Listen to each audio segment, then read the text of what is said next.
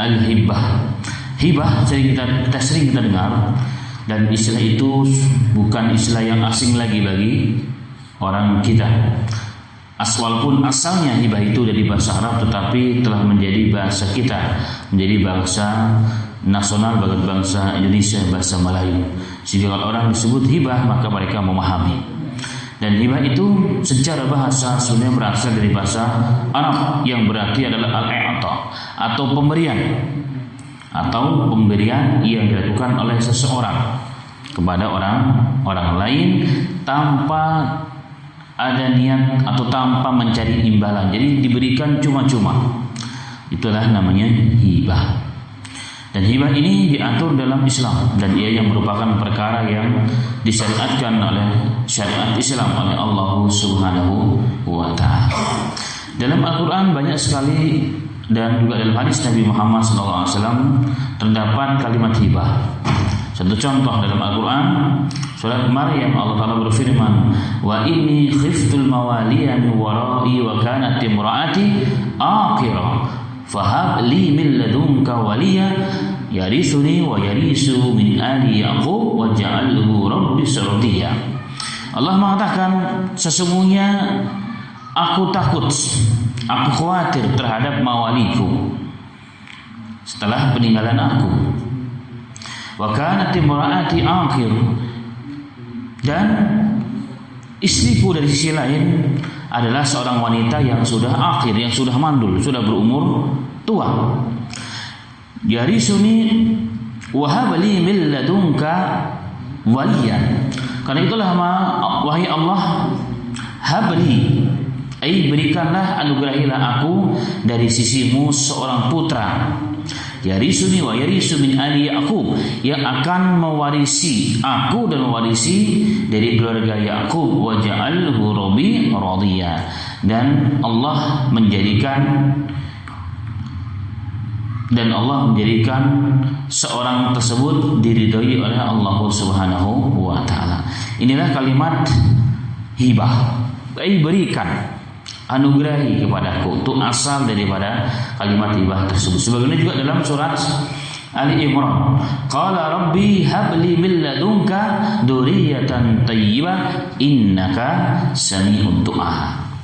Ya Rabb, habli min ladunka dzurriyyatan thayyibah, berikanlah kepadaku keturunan yang baik, berikanlah aku dari sisimu keturunan yang baik. Innaka sami'ud du'a, sesungguhnya engkau adalah zat yang maha mendengar doa. Itulah asal dari kalimat hibah. Maka dalam istilah syariat, dalam istilah fikih, hibah itu diterjemahkan oleh ulama-ulama, oleh para fuqaha kita, artinya adalah tabarru'u bil mali fi halatil hayati was-sihah. Al-hibatu itu adalah tabarru', pemberian harta cuma-cuma dalam keadaan hidup, dalam keadaan dia masih hidup dan dalam kondisi dia sehat, memberikan sesuatu cuma-cuma kepada orang lain dalam kondisi hidup dan kondisi sehat. Artinya tidak menjelang wafat, tidak menjelang dia dalam kondisi sakit yang parah yang membawanya dia kepada kematian. Maka dengan demikian pengertian hibah adalah pemberian yang dilakukan oleh seseorang kepada pihak lain yang dilakukan ketika masih hidup dalam kondisi sehat. Jadi serah terima harta yang diberikan oleh al-wahib yang memberikan itu dalam kondisi masih sehat walafiat, tidak terpikirkan kematian. Dalam pendapat ulama yang lain mengatakan hibah itu adalah aqdu yufidu tamlik bila iwadin halul hayati tatawuan. Ada juga yang mengartikan bahwa hibah itu adalah akad yufidu tamlik, yang menjadikan kepemilikan, tanpa adanya pengganti, tanpa ada iwad, pengganti dari orang yang diberikan ketika masih hidup dalam kondisi masih sehat dan sukarela, cuma-cuma tanpa mengharap apapun. Itulah al-hibatu. Kemudian ma'asyiral muslimin rahimani wa rahimakumullah. Maka dengan penjelasan di atas sekilas Maka hibah itu juga termasuk perkara yang disyariatkan oleh Allah Subhanahu wa taala. Jadi hibah itu perkara yang sangat baik, perkara yang sangat luhur. Kemudian ulama fikih juga membahas mengenai rukun hibah. Rukun itu berarti hal-hal yang harus ada saat melakukan transaksi hibah. Saat melakukan transaksi hibah, memberikan sesuatu kepada orang lain. Mayoritas jumhur ulama mereka berpendapat bahwa lihibbati lahu arkan al-arba. Jadi bagi hibah itu terdapat 4 rukunnya yang harus ada agar hibah tersebut menjadi sah. Yang pertama adalah orang yang memberikan hibah tersebut yang disebut dengan al-wahib. Kemudian yang kedua adanya al-mauhub lahu, jadi orang yang diberi. Kemudian yang ketiga ada al-mauhub, yaitu benda yang diberi. Dan yang berikutnya adalah tanda serah terima yang disebut dengan sighah. Jadi transaksi itu dibuktikan dengan serah terima dengan kalimat yang jelas, atau sesuatu yang menunjukkan bahwa seseorang itu telah memberikan sesuatu kepada orang lain dengan cara hibah. Al-wahib, syarat seorang yang sah untuk memberikan hibah itu menurut para alim ulama kita adalah orang yang merdeka dan bukan budak. Jadi yang merdeka, yang bukan budak. Dan pemberian yang dilakukan oleh seorang budak dianggap tidak sah hibah tersebut, karena benda yang dihibahkan itu bukan milik si budak tapi milik tuannya, dan hal itu tidak sah, tidak diperbolehkan. Begitulah pendapat kibar ulama termasuk Al-Imam Ibnu Qudamah rahimahullah taala. Beliau mengatakan bahwa al-abdu, seorang budak itu tidak boleh memberikan hibah kecuali biizni sayyidihi, kecuali dengan izin sayyidnya atau tuannya atau yang punya dirinya itu. Kalau dia izinkan atau diperintahkan, maka sah hibah tersebut walaupun dilakukan oleh seorang budak. Yang kedua, jelas dia berakal sehat. Berakal sehat, normal, ya. Dalam kondisi dia bisa mengerti, faham, tentunya tidak gila. Orang yang mampu memanage hartanya, masih balik, dan dia memiliki benda yang dihibahkan itu benda yang sah, benda yang halal, kepemilikannya juga jelas. Ini di antara syarat-syaratnya, maka itu hibah. Kemudian yang al-mauhub lahu, syarat sah orang itu diberikan hibah. Para ulama kita mengatakan bagi yang menerima hibah hampir dikatakan tidak ada syarat tertentu. Tidak ada syarat tertentu. Mereka mengatakan sehingga hibah bisa saja diberikan kepada siapapun dengan beberapa pengecualian sebagai berikut. Seperti bila hibah terhadap anak di bawah umur atau orang yang tidak waras akal pikirannya, maka harus diserahkan kepada wali atau orang-orang yang dipercayakan untuk mengurusi orang tersebut. Jadi sampai begitunya hibah itu bermanfaat juga bagi orang-orang yang gila. Tetapi dia yang bukan dia yang menerima, bukan dia yang mengurusi, tapi walinya, orang-orang yang memang mengurusi orang tersebut, termasuk anak-anak kecil. Suatu contoh, mungkin ada si A, kemudian Allah berikan rezeki yang banyak. Dari si kecil dia ingin menghibah hartanya sebagai harta untuk anak-anaknya dari sejak kecil. Katakan toko A untuk si fulan, toko B untuk si fulana, toko ini untuk anaknya semua dibagi rata. Dari sejak kecil sudah hibah. Dan usahanya dikelola oleh siapa? Itu berupa usaha, berupa tempat, tetapi secara hukum anak-anak tersebut yang belum dewasa telah mempunyai harta dari hasil hibah orang tuanya. Nah, hibah ini tidak harus tidak harus seperti warisan, boleh. Walaupun laki-laki sama dengan perempuan, maaf muskil. Tapi yang mengelola tersebut masih orang tuanya atau orang yang memang dipercaya jika dia orang lain.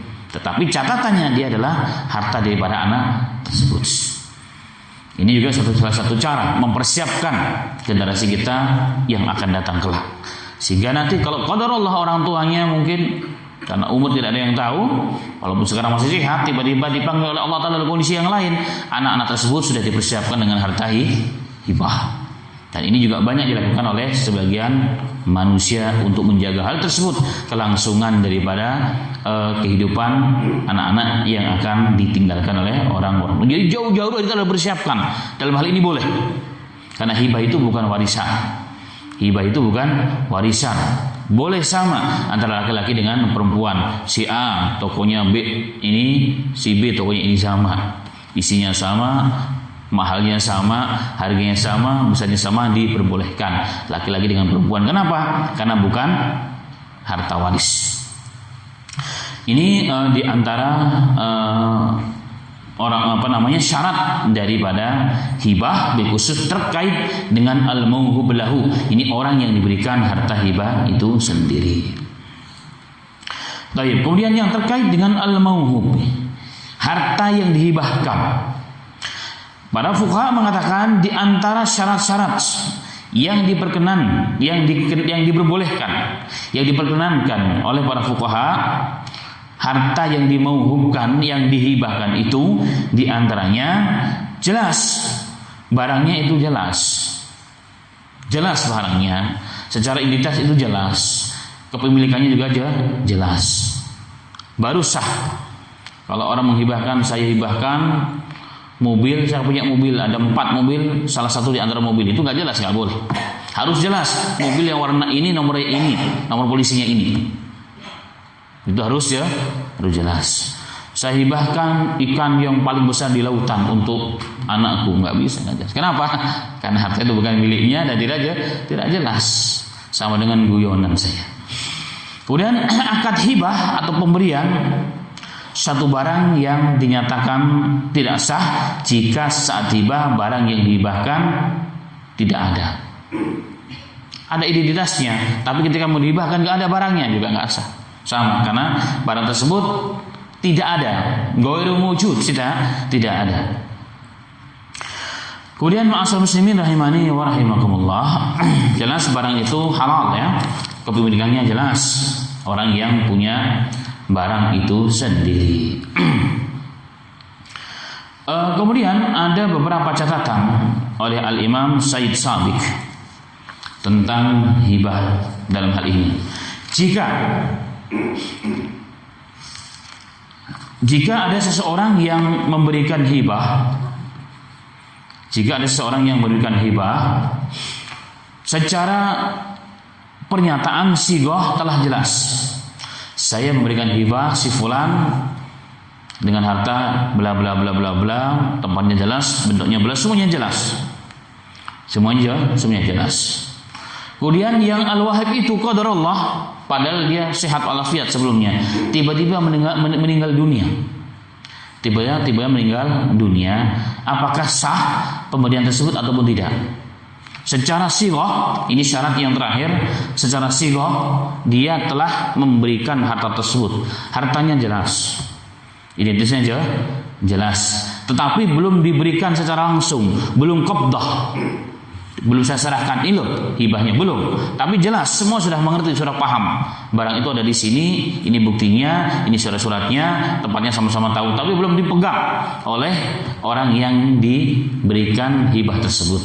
Tetapi qadarullah al-wahib, orang yang memberikan harta tersebut telah meninggal dunia, apakah sah ataupun tidak? Nah, ini menjadi perdebatan para alim ulama kita. Dasar perdebatan itu adalah karena sebagian ulama tidak mensyaratkan al-qabdah, hibah itu. Qabdah itu artinya dipegang, diserahkan. Telah diserahkan. Nah, kalimat penyerahan ini menjadi ikhtilaful ulama.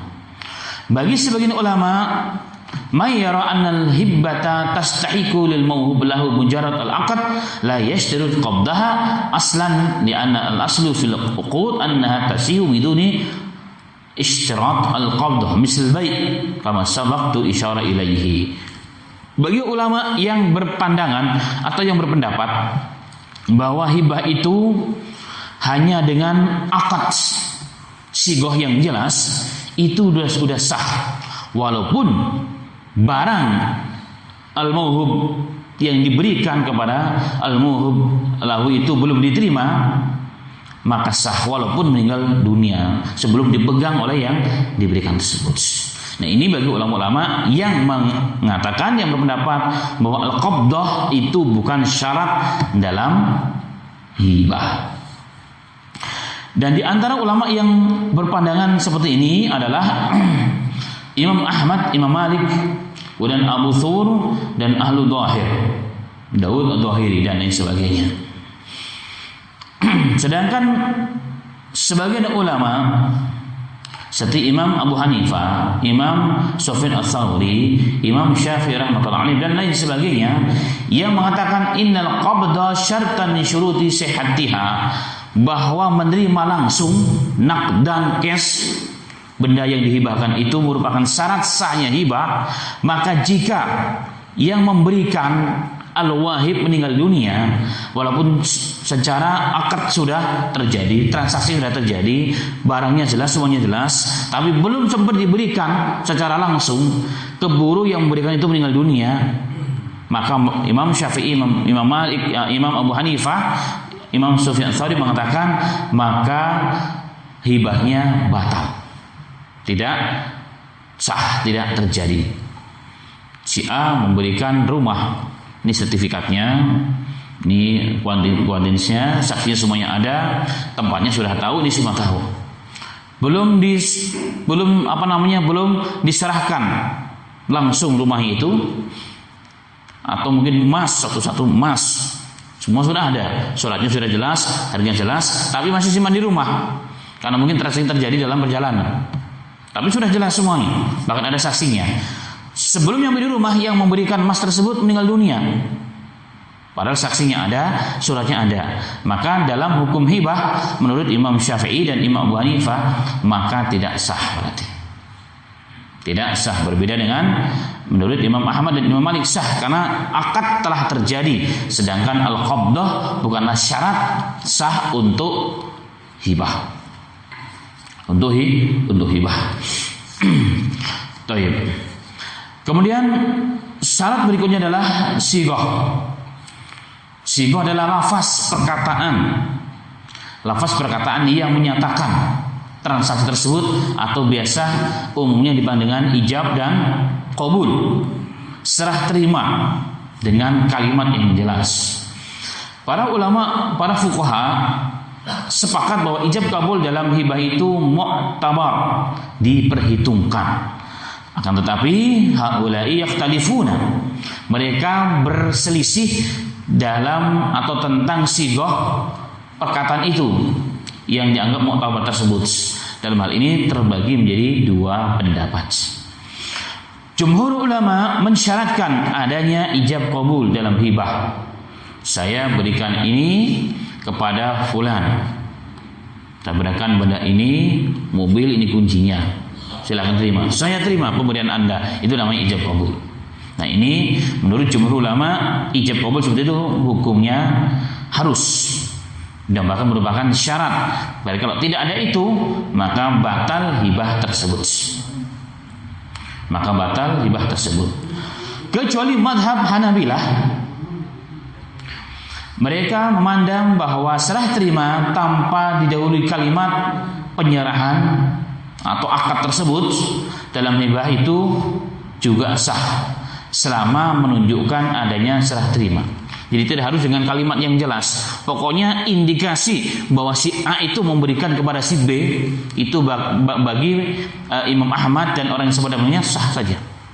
Tidak harus kalimatnya jelas, saya berikan barang ini bla bla bla bla kepada Anda. Tidak harus dengan kalimat seperti itu. Pokoknya ada isyarat yang yang kita bisa paham bahwa si fulan memberikan, itu sudah sah bagi Imam Ahmad. Dan ini lebih luas tentunya dan lebih memudahkan.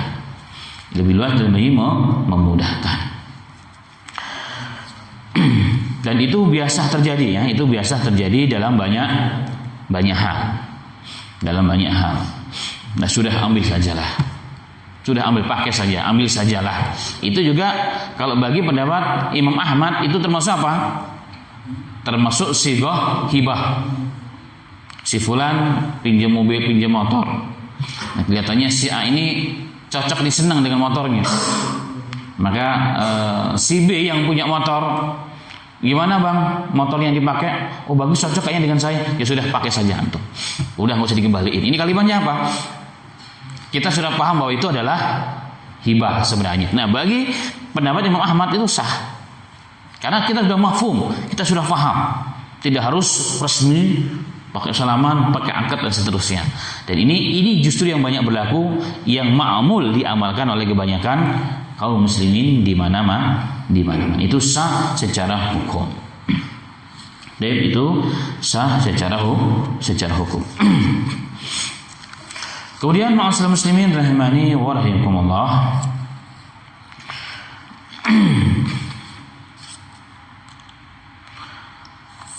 Ada beberapa hukum terkait dengan ini. Apakah orang yang telah menghibah satu barang, satu benda kepada seseorang boleh diambil kembali hibah tersebut setelah terjadi, setelah terima, setelah syarat daripada hibah tersebut telah terjadi? Boleh ataupun tidak?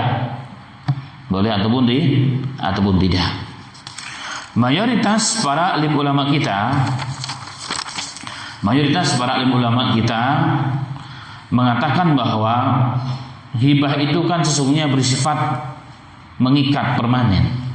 Jadi benda itu kalau sudah diberikan kepada seseorang ya sudah milik dia untuk selama-lamanya. Maka orang yang telah al-wahib, yang telah memberikan kepada al-mauhub lahu, itu sudah tidak boleh menarik barang itu kembali. Itu asal hukumnya. Dan itu sesuai dengan hadis Nabi kita Muhammad sallallahu alaihi wasallam, di mana beliau diriwayatkan oleh Imam Bukhari dan lain sebagainya, al-aidu fi hibbatihi kal kalbi ya'udu fi kayhi. Orang yang menarik kembali harta hibahnya, orang yang telah menarik harta hibahnya setelah diberikan, sah transaksinya, maka seperti anjing yang menjilat kembali muntahnya. Nah, ini banyak terjadi di mana-mana. Biasa nih, apalagi tahun bulan-bulan menjelang Pilpres dan pilihan para anggota dewan, banyak terjadi di mana-mana. Bilangnya hibah. Ternyata ketika di akhir endingnya ternyata jadi tidak terpilih. Banyak yang narik kembali. Saya pernah didatangi oleh satu DKI Masjid di Kalimantan, memang nggak di sini. Tanya kepada saya, Ustaz, kami ada masalah besar. Lu apa masalahnya? Beberapa bulan yang lalu kami diberikan segala fasilitas masjid. Ada jet pump, ada ada karpet, ada cat dan sebagainya, dan kami telah gunakan ini semuanya. Diberikan uang tadinya, dan kami telah gunakan ini semuanya. Dan kami tidak ada janji kepada orang yang memberikan tersebut untuk menyoblos dia sebenarnya. Nggak ada sama janji. Kami dikasih, udah kami terima. Toh ini juga untuk kepentingan masjid, bukan untuk kepentingan kami pribadi. Tidak ada sama sekali. Ternyata ketika si A itu nggak dipilih, maka dia datang ke DKM dan minta kembali uang yang telah dikasih. Saya bilang, Bapak ada perjanjian nggak? Tidak ada. Suruh bawa karpet aja kalau begitu. Subhanallah. Nah, ini terjadi, ma'asyiral muslimin. Ini terjadi. Maka orang seperti itu seperti apa? Seperti anjing yang menjilati kembali muntahannya. Al-aidu fi hibbatihi kal kalbi ya'udu fi kayhi. Orang yang menarik kembali, mengambil kembali hibahnya yang telah sah, diberikan kepada seseorang, diberikan kepada umat, diberikan kepada siapa saja, seperti kalbi ya'udu fi kayhi, seperti anjing yang menjilati kembali muntahannya. La ilaha illallah Muhammadur Rasulullah.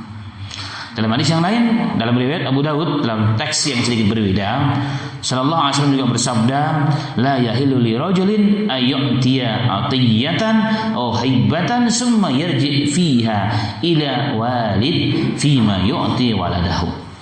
Sallallahu alaihi wasallam mengatakan, tidak diperbolehkan Bahkan kalimat la yahillu, tidak dihalalkan. Tidak dihalalkan kalau aslinya. Seseorang yang telah memberikan pemberian atau hibatan atau hibah kepada orang lain, summa yarji fiha, kemudian dia tarik kembali pemberian tersebut atau hibah itu kembali, kecuali al-walid, kecuali orang tua yang memberikan kepada anaknya, itu boleh diambil kembali. Kenapa alasannya?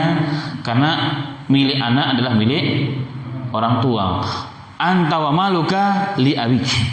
Jadi dirimu dan hartamu milik bapakmu. Jadi diambil lagi oleh bapak nggak ada masalah, karena memang itu milik orang tuanya. Ini boleh kan, tapi selain itu tidak diperbolehkan. Bahkan Rasul mengatakan la yahillu li rajulin, tidak dihalalkan bagi seseorang. Dan orang begitu sesungguhnya secara umum orang yang tidak tahu malu. Mukanya bukan tembok lagi. La haula wala quwata illa billahil aliyyil azim. Ini terjadi ma'asyiral muslimin. Ini menunjukkan begitu rendahnya rasa malu kita, dan rasa malu itu padahal bagian daripada iman. Fa ilam tastahi, kata Rasulullah, jika Anda tidak punya malu, fasna ma syi'ta, lakukan apa yang kau mau, silahkan. Berarti orang yang punya malu itu, dalam arti malu yang benar, akan menjaga diri seseorang dari perbuatan-perbuatan yang memulukan dirinya di mata manusia dan tentunya di hadapan Allah Subhanahu wa ta'ala. Dan ini jumhurul ulama, dan ini pendapat jumhurul ulama. Jadi tidak dihalalkan mengambil kembali pemberian tersebut. La haula wala quwwata illa billahil aliyyil azim. Kemudian ma'asyiral muslimin rahimani wa rahimakumullah. Ada hal-hal yang ketika orang diberikan hibah atau hadiah tidak boleh menolak. Jadi ada perkara-perkara dalam Islam itu, menurut Nabi Muhammad SAW, ketika seseorang memberikan sesuatu, kita tidak boleh menolak, memberikan dalam bentuk hibah atau dalam bentuk hadiah. Dalam hadis yang diriwayatkan Imam Tirmidzi, tapi sebagian memang mengkritisi mengenai hadis ini, dari Abdullah bin Umar radhiyallahu anhuma qala Rasulullah sallallahu alaihi wasallam, salasun la turad. Ada 3 hal yang tidak boleh ditolak ketika kita diberikan benda tersebut atau diberikan hibah atau hadiah. Yang pertama al-wasa'id, bantal, wal duhn wal laban. Duhn itu minyak dan juga susu dalam beberapa riwayat, karena perkara itu perkara yang ringan dan mudah dan bermanfaat. Kemudian dalam riwayat Muslim dari Abu Hurairah radhiyallahu anhu sallallahu alaihi wasallam mengatakan, man arada alaihi rihanun fala yarud li'annahu khafifun mahmal tayyibur rih. Barang siapa yang ditawarkan, diberikan, dihibahkan, dihadiahkan kepada seseorang rihun, minyak wangi, maka jangan ditolak, kata Rasulullah. Jangan ditolak, li'annahu khafifun mahmal, karena dia ringan dibawa kemana-mana, wa tayyibun rih, dan dia mempunyai aroma yang sangat baik, yang sangat wangi, maka tidak boleh ditolak hal tersebut. Ini berdasarkan hadis Muslim. Jadi kalau ada teman kita memberikan hadiah minyak wangi, pulang umroh, pulang haji, terima saja. Kenapa? Ada sunnahnya menerima, ternyata ada sunnahnya menerima hal tersebut. Kemudian dalam riwayat yang lain dari Anas bin Malik, Nabi SAW qala la yaruddu, tidak boleh ditolak ketika orang memberikan minyak wangi. Ini juga berdasarkan hadis Nabi Muhammad sallallahu alaihi wasallam. Kemudian dalam beberapa riwayat, jika ada orang yang memberikan kepada kita hibah, hadiah, pemberian apa saja, maka dianjurkan untuk membacakan doa kepadanya atau berterima kasih minimal. Dalam hadis yang diriwayatkan Imam Ahmad dan Imam Tirmidzi dengan sanad yang sahih dari Abu Hurairah radhiyallahu anhu, beliau mengatakan, qala Rasulullah sallallahu alaihi wasallam, man lam yashkur nas lam yashkur Allah. Barang siapa yang tidak pandai bersyukur kepada manusia, maksudnya dia tidak pandai bersyukur kepada Allah. Jadi ada orang yang jenis diberikan apa diam, tidak pandai menyenangkan hati orang yang memberikan. Orang begini sesungguhnya dia juga tidak pandai bersyukur kepada Allah Subhanahu wa taala. Kenapa? Karena yang nampak saja yang ngasih dia nggak berterima kasih. Yang dapat dilihat, yang kita tahu, yang kita kenal dia cuek bebek, apalagi zat yang tidak dapat dilihat oleh pandangan manusia.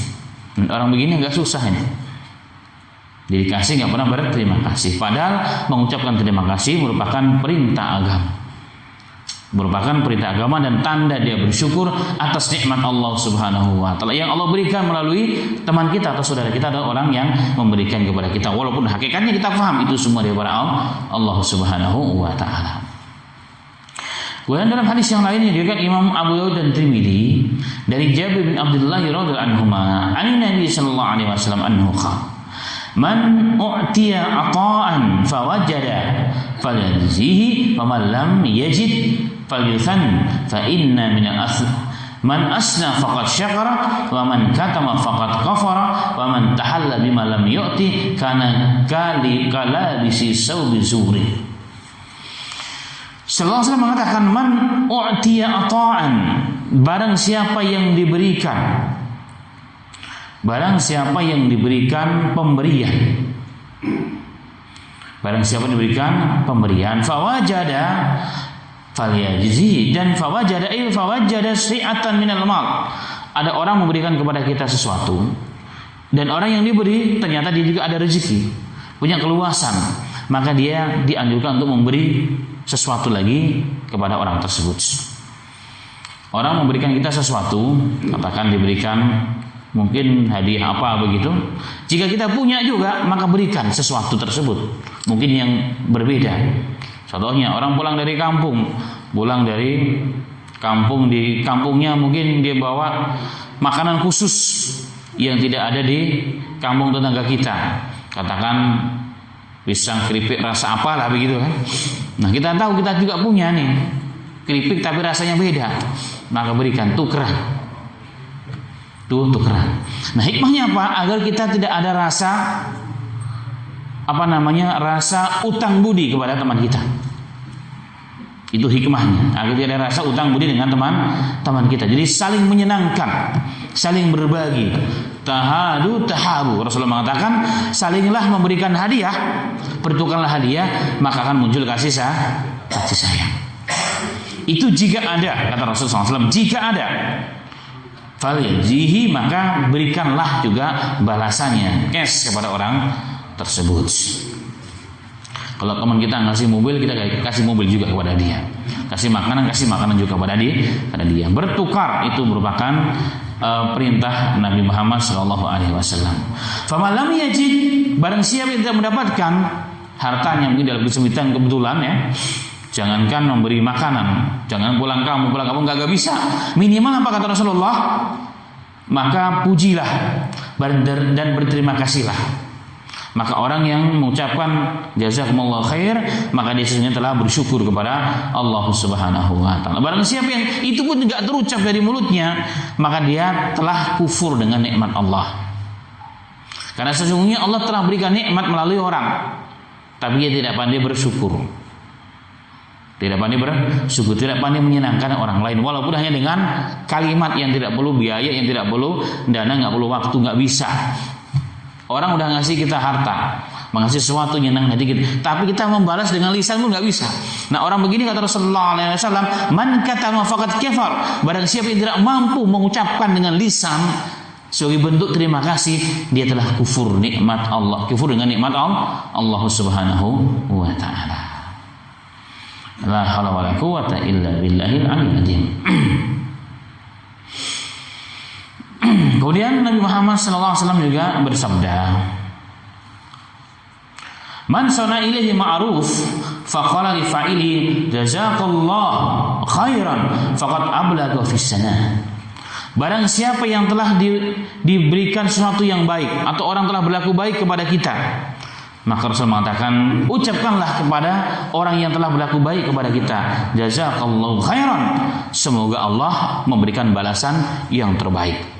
Jazakallahu khairan, itu doa. Jadi siapapun telah berbuat kepada kita, minimal doa kita adalah apa? Ucapan bentuk syukur kita kepada orang tersebut dan kepada nikmat Allah Ta'ala melalui orang tersebut adalah apa? Jazakallahu khairan. Kemudian Rasul mengatakan faqad ablaga fi sana, dia telah betul-betul menyempurnakan dalam pujian itu. Pujian dalam bentuk terima kasih dan doa tentunya kepada orang yang telah berbuat baik kepada kita. Kemudian dalam riwayat Tirmidzi dengan sanad yang sahih insyaallah taala dari Anas bin Malik radhiyallahu anhu, beliau mengatakan, "Lama qadima Rasulullah sallallahu alaihi wasallam al-Madinata, atahu al-muhajirun faqala ya Rasulullah, ma ra'yana qauman abdala min kathirin wala ahsana mu'asata min qalilin min qaumi nazalna baina adhurihim laqad kafuna mauna wa asrakuna fil mihnah hatta hifna ayyadhabu bil ajri kullahu faqala la ma da'utum lahum wa sunaitum alaihim." Subhanallah. Anas bin Malik mengatakan ketika Nabi Muhammad SAW datang ke Madinah, jadi berhijrah dari Mekah ke Madinah, maka Rasul Nabi Muhammad SAW didatangi oleh orang-orang muhajirun. Orang-orang muhajirin adalah orang-orang yang meninggalkan tempat kelahirannya, kota Mekah, demi menjalankan perintah Allah dan Rasulnya. Karena meninggalkan Mekah satu wajib, maka hartanya ditinggalkan, keluarganya ditinggalkan, sehingga sampai di Madinah gak punya apa-apa.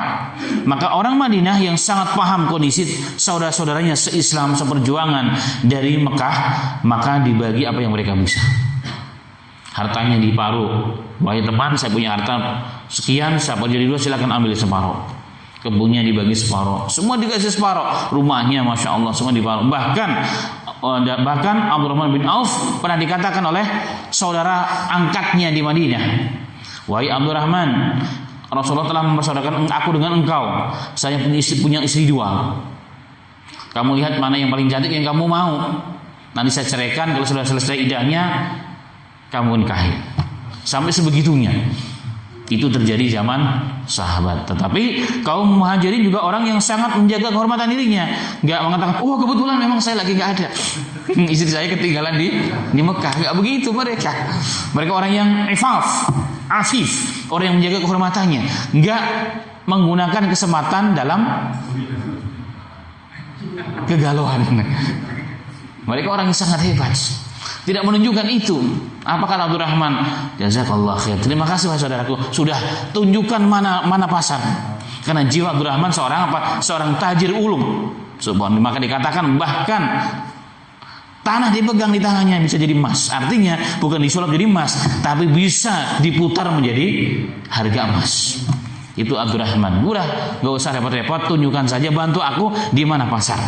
Dibawalah, maka tidak lama belum menjadi tajir yang sangat luar biasa. Ini sifat sahabat. Kaum Ansor sangat paham kondisi al-muhajirin, kondisinya, nggak diminta dikasih. Tapi orang muhajirin juga sangat menjaga diri mereka, tidak mau begitu mudah menerima apapun daripada orang. Jiwa mereka jiwa yang bersih, sangat menjaga kehormatan dirinya. Maka dua kelompok manusia ini bertemu, ma'asal muslimin, maka kedamaian terjadi di mana-mana. Kemudian, kembali kepada hadis. Orang-orang muhajirin datang kepada Rasulullah, ya Rasulullah, orang Madinah begitu baik kepada kami. Semua keluaran kami dibagi, pekerjaan kami dibagi, bahkan harta mereka dibagi kepada kami, panen mereka dibagi kepada kami juga. Subhanallah. Kami takut ya Rasul. Takut apa? Takut kalau semua pahala dibawa oleh orang-orang Ansor. Ini ketakutan orang muhajirin. Bukan takut kalau mereka nanti nggak bisa dikuasai ekonominya, dikuasai apa, enggak. Takut kalau kami nanti nggak dapat pahala, semua pahala diborong oleh kaum Ansor.